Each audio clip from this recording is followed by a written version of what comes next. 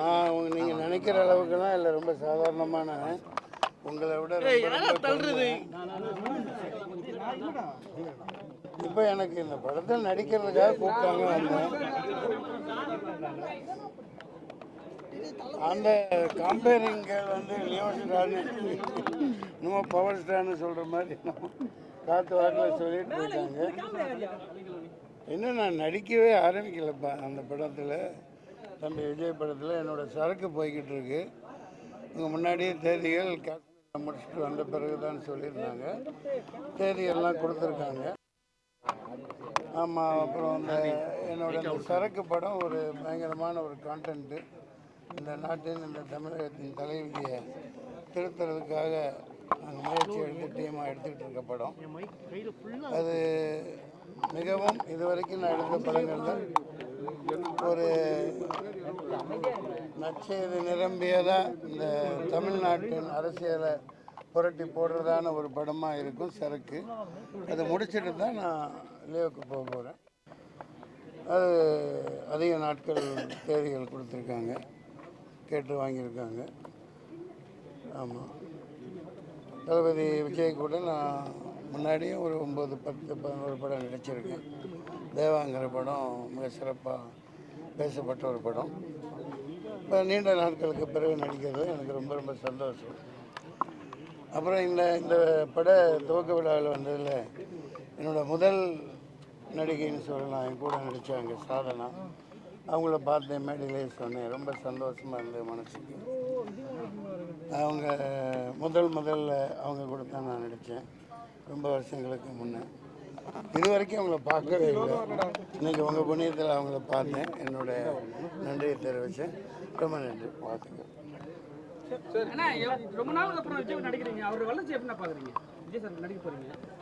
நாட்டில் மிகப்பெரிய புரட்சிகள்லாம் வர இருக்கு. தமிழ்நாட்டோட தலைவரியை யாரும் மாற்றுறதுக்கு ரெடியாக இல்லை. அரசியல் ரீதியாக ரொம்பவும் பின்தங்கிய நிலையில் நம்ம மக்கள் இருக்காங்க. அதுதான் நமக்கு முக்கியமே தவிர, ரொம்பவும் வேலைவாய்ப்பு இல்லாத மக்களாக தமிழ்நாட்டு மக்கள் வந்து வேலை செய்கிற கூப்பிட்டாலே வர முடியாத ஆளுகளாக எங்கே இருக்கானே தெரியல. தமிழன் லாரியாக இல்லை, ட்ரெயினாக வந்து இறங்குறாங்க வழக்கறிஞர்கள். இன்வேஷன் அப்படின்னே சொல்லலாம். இது எங்கே போய் முடியுதுன்னு தெரியல.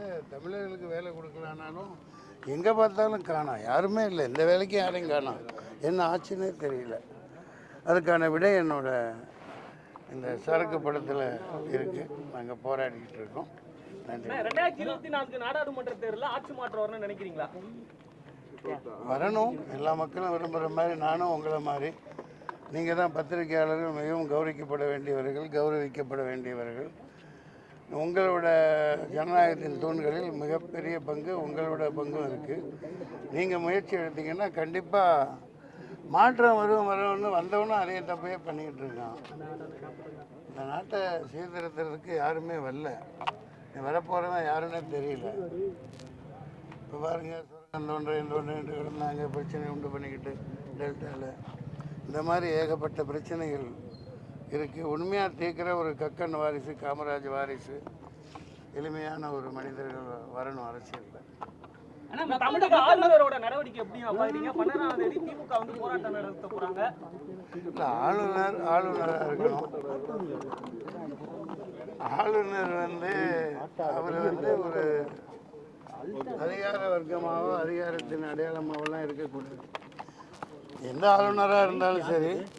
இப்போ ஏதோ கேட்டீங்க நீங்கள், சரியான கேள்வி. ஆளுநர் மாளிகைக்கு முன்னாடி போய் பாருங்கள், ஒரு தீவிரவாதியை அடைச்சி வச்சுருக்கிற மாதிரி ஒரு 100 பேரிகேடர் போட்டு 1000 போலீஸ் வச்சு, அப்படிலாம் முன்பு இல்லை. நான் 98 போராடி கைதானே, உங்களுக்கெல்லாம் ஞாபகம் இருக்கும். அப்போ ஒலிம்பிக்கில் இந்தியா ஒரு மெடல் வாங்கலை. நீங்கள் கேட்ட கேள்வி முக்கியமானது. நான் ஆளுநர் மாளிகைக்கு அவங்களுக்கு எதுக்கு ராஜ்பவனுக்கு 650 ஏக்கர், 6000 மேற்பட்ட 6000க்கு மேற்பட்ட மான்கள், அங்கே என்ன நடக்குன்னு தெரியாது. அவ்வளோ பெரிய ராஜபோக வாழ்க்கை. ஆளுநருக்கெல்லாம் அவ்வளோ இருக்கக்கூடாது. இந்த மாதிரி பிஎம் சிஎம் இந்த மாதிரி யாரும் வந்தால் தங்கிறதுக்கு எல்லாம் சொல்லலாம். ஒரு சாதாரண குடிமகன், ஓட்டு போடுறவன், ரேஷன் கார்டில் இது வாங்குறவன், இன்னமும் வறுமை கோட்டை கீழே இருக்கிற மக்கள் அதிகமாக, நாட்டு மக்கள் அதிகமாக இருக்கையில் ஆளுநருக்கு எதுக்கு 650 ஏக்கர் பூமி, அங்கே எதுக்கு மாளிகை, அதில் எல்லாம் ஸ்விம்மிங் பூல் கட்டி விடுங்க, ஒலிம்பிக்குக்காக பல கிரிக்கெட் ஸ்டேடியம். காலையில் இப்போ போய் பார்த்தீங்கன்னா தெரியும், நேரத்தெல்லாம் ஒரு ஸ்டேடியத்தில் எத்தனை பிச்சு 10, 15, 5 மணிக்கே போய் மண்டையை உடச்சிக்கிறாங்க. போட்டி பிச்சே இல்லை, கிரவுண்டே இல்லை. அதில் ஒரு 10 கிரவுண்டை வச்சு போட்டி அங்கே இது பண்ணலாம், பல விளையாட்டு துறைகளை உருவாக்கலான்னு தான் நான் 98லேயே போராடினேன். என்னை தூக்கி உள்ளே போட்டாங்க, 35 நாள் சிறையில் இருந்தேன். அதான் இன்னமும் தொடருது. ஆளுநர் தேவையில்லாத வேலைகள், அவருக்கு என்னவோ அது மட்டும் அவர் செய்யும். ஆளுநர் பதவி அப்போ தேவையில்லையான தேவையில்லை, ஆளும் தேவையில்லை. தேவைன்னா அவர் வேலையை இருக்கணும், தமிழ்நாடு அரசு என்ன நிறைவேற்றுதோ அதை சரி பண்ணி சொல்லிட்டு போகணும், அவ்வளோதான். ஏன்னா மக்களுக்காக படம் எடுத்தா படம் ஓடுது இல்ல, கமர்ஷியல் படம் எடுத்தா மட்டும் ஓடுது. அது உங்களோட பார்வை என்னன்னு சொல்லுங்க. மக்களுக்காக எடுத்தால் ஓடும், கண்டிப்பாக ஓடும், அப்படியெல்லாம் இல்லை. அந்த விடுதலையில் வாச்சாத்தி குழந்தைகள் அவர் சொன்னார், வெற்றிமாறன். அது ஒரு படமாக அப்படி இருக்கு இப்படி இருக்குன்னு பார்க்கறது மிக மிக வெட்கி தலைகுனிய வேண்டியது.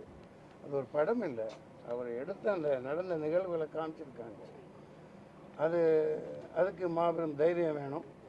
அதை வெற்றிமாறன் பாராட்டுறேன். அது பெரிய செலவில் எடுத்தால் தான் நான் பார்க்கப்படுது மக்கள். அதனால் நம்ம மக்கள் கையில் காசு இல்லைல்ல. முதல்ல ஜிஎஸ்டி அது இது ஒரே வட்டிக்கு மேலே வட்டி போடுற மார்வாடி விட மோசமாக எத்தனை வரி போடுறாங்க. அவன் மக்கள்கிட்ட காசு இருந்தால் தானே தேட்டரில் போய் பார்ப்பான். அதனால் அவங்க விஜய் படம் எப்போ வரும், அஜித் படம் எப்போ வரும், தலைவர் இப்படி மாதிரி யார் படம் வரும்னு போட்டு அது காசை வச்சுக்கிட்டு உட்காந்துருக்காங்க. அதை மட்டும் போய் பார்க்குறாங்க. இப்போ மணி ஃப்ளோ இல்லையில மக்கள்கிட்ட, இருக்க விட மாட்டேங்கிறாங்களே. பேங்கில் பணம் போட்டால் அதை பிடிங்கிறாங்க, டிஎஸ்டி கேஷ் விட்ராவலுக்கு. அதுக்கு அவன் எடுத்துக்கிட்டு மிச்சத்தை வைக்கிறான். இன்னமும் அந்த பிரச்சனை இருந்து தான் இருக்குது. யாராவது நீங்கள் முன் வந்து அந்த ஒரு பிரச்சனை சொல்லணும். மினிமம் பேலன்ஸ் வைக்கல, துணிவில் எடுத்திருந்தார் அஜித், அவருக்காக ரெட் சல்யூட். துணிவுக்கு நல்ல கான்டென்ட், அது எவ்வளோ முக்கியமான விஷயம், அதையும் சொன்னாங்க. மினிமம் பேலன்ஸு அடுத்து என் போராட்டம் அதுவாக தான் இருக்கும். இனிமேல் உடைக்கணும், இந்த பேங்குகளெல்லாம் அடித்து உடைக்கணுங்கிறேன். மினிமம் பேலன்ஸ் இல்லைன்னு யார் அக்கௌண்ட்டில் 5 பைசா எடுக்கக்கூடாது. அவன் அக்கௌண்ட்டில் காசு இருந்தால் அவன் போட மாட்டானா? நீ என்ன வெங்காயத்துக்கு என்ன மயிருக்கு எடுக்கிற? எல்லா பேங்குக்கும் நான் எச்சரிக்கை விடுறேன். உண்மையில் இது ஜனநாயகத்துக்கு நான் பேச்சு சுதந்திரம் இருக்குது, நான் பேசுகிறேன். ஆனால் அந்த மாதிரி இருக்காங்கன்னு இல்லை. இது உண்மையாக இல்லையா? எந்த பேங்க்லேயும் ஒரு 2 ரூபா குறைஞ்சிச்சுன்னா எடுத்து 2000 3000 ஏதாவது பணம் போடையில் பிடிச்சிக்கிறாங்க. அவன் என்ன வெட்டி முடித்து வெயிலில் போய் வேலை செஞ்சான் பணம் எடுக்கிறதுக்கு? அக்கௌண்ட் வச்சாவே பெரிய விஷயம். இனிமேல் அந்த திட்டத்தை மாற்றணும். எல்லா பேங்குக்கும் எச்சரிக்கை வேணும். இது வெளிப்படையான எச்சரிக்கை. அப்படி இல்லாட்டி மக்கள் முன்னெடுப்பாங்க, ஒரு தமிழரசன் மாதிரி உருவாவாங்க. அது தப்பு நீங்கள் பண்ணுறது. இருக்கிற பணத்துக்கு வட்டி கொடுங்க. பணம் கம்மியாக இருக்குன்னு போட்டு அடுத்து லம்பாக போட்டால் உடனே அபேஸ் பண்ணிடுறது, லபக்குன்னு பிடிச்சிக்கிறது.